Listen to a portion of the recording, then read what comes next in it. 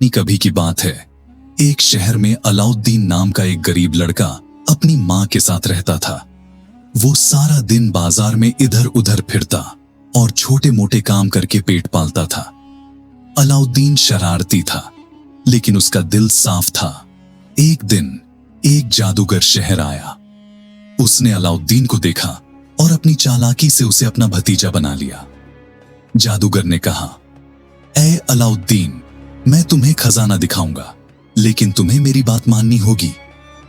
अलाउद्दीन, जो दौलत का सपना देखता था, उसके साथ चल पड़ा। जादुई गुफा जादूगर अलाउद्दीन को एक दूर दराज गुफा तक ले गया। उसने एक मंत्र पढ़ा और गुफा का पत्थरीला दरवाजा खुल गया। जादूगर ने कहा, अंदर जा और एक पुराना चिराग ले आ, कुछ और मत छूना। अलाउद्दीन गुफा में उतरा।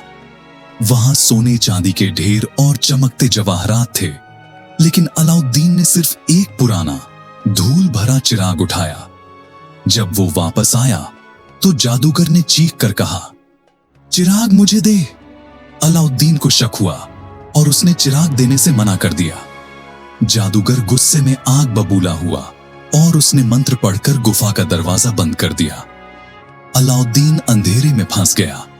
डर और मायूसी में अलाउद्दीन ने बेकरारी में चिराग को रगड़ा। अचानक एक जोरदार धुआं निकला और एक विशाल जिन्न प्रकट हुआ। जिन्न ने गड़गड़ाती आवाज में कहा, मैं इस चिराग का जिन्न हूं। जो मुझे बुलाए मैं उसकी ख्वाहिश पूरी करूंगा।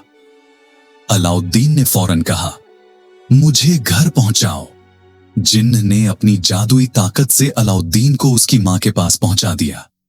चिराग की ताकत अलाउद्दीन ने अपनी मां को सारी बात बताई। मां ने चिराग को साफ करने की कोशिश की और जैसे ही उसने उसे रगड़ा, जिन्न दोबारा निकल आया। अलाउद्दीन ने कहा, हमें खाना दो। जिन्न ने पलक झपकते सोने की थालियों में लजीज खाना पेश कर दिया। अलाउद्दीन और उसकी मां हैरान रह गए। अब वो हर रोज जिन्न से खाना और जरूरी चीजें मांगते और उनकी जिंदगी आरामदेह हो गई। एक दिन अलाउद्दीन ने शहर की शहजादी बदौर को देखा। वो उसकी खूबसूरती और मेहरबानी पर फिदा हो गया। अलाउद्दीन ने जिन्न से कहा, मुझे एक शानदार महल दो ताकि मैं शहजादी से शादी कर सकूं। जिन्न ने रातों रात एक आलीशान महल बना दिया, जो बादशाह के महल से भी बड़ा था। अलाउद्दीन ने सोने चांदी के तोहफों के साथ शहजादी का हाथ मांगा। बादशाह, जो अलाउद्दीन की दौलत से प्रभावित था, ने शादी की इजाजत दे दी। अलाउद्दीन और बदौर की शादी बड़ी धूमधाम से हुई। जादूगर की चाल, लेकिन जादूगर को पता चला कि अलाउद्दीन जिंदा है और चिराग उसके पास है। वो वापस आया और एक चाल चली। उसने एक बूढ़ा सौदागर बनकर शहर में पुराने चिरागों के बदले नए चिराग देने का ऐलान किया। शहजादी बदौर, जो चिराग के राज से अनजान थी, ने जादुई चिराग उसे दे दिया। जादूगर ने चिराग रगड़ा, जिन्न को बुलाया और हुक्म दिया, अलाउद्दीन का महल और शहजादी को दूर दराज टापू पर ले जाओ। सुबह जब अलाउद्दीन उठा तो उसका महल और बदौर गायब थे। वो परेशान हुआ, लेकिन उसे याद आया कि उसके पास एक जादुई अंगूठी है जो जादूगर ने गुफा में दी थी। उसने अंगूठी रगड़ी और एक दूसरा जिन्न निकला जो कम ताकतवर था। इस जिन्न ने अलाउद्दीन को टापू तक पहुंचाया जहां जादूगर रहता था। जादूगर की हार अलाउद्दीन ने चालाकी से जादूगर के महल में दाखिल होकर शहजादी बदौर से मुलाकात की। बदौर ने जादूगर को शराब में नींद की दवा मिलाकर सुला दिया। अलाउद्दीन ने चिराग छीन लिया और जिन्न को बुलाया। उसने जिन्न से कहा, मेरा महल और शहजादी को वापस शहर ले जाओ और जादूगर को सजा दो। जिन्न ने जादूगर को एक दूर दराज टापू पर कैद कर दिया और महल को वापस शहर पहुंचा दिया। अलाउद्दीन, बदौर और उसकी मां ने सुखी जिंदगी बिताई। अलाउद्दीन ने अपनी दौलत से शहर के गरीबों की मदद की और एक महान रहनुमा बना।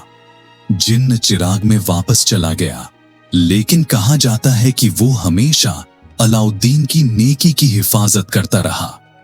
नैतिक सबक, हिम्मत अक्ल और नेक दिली से हर मुश्किल हल हो सकती है। तो दोस्तों, अलाउद्दीन और जादुई चिराग की कहानी यहीं खत्म होती है।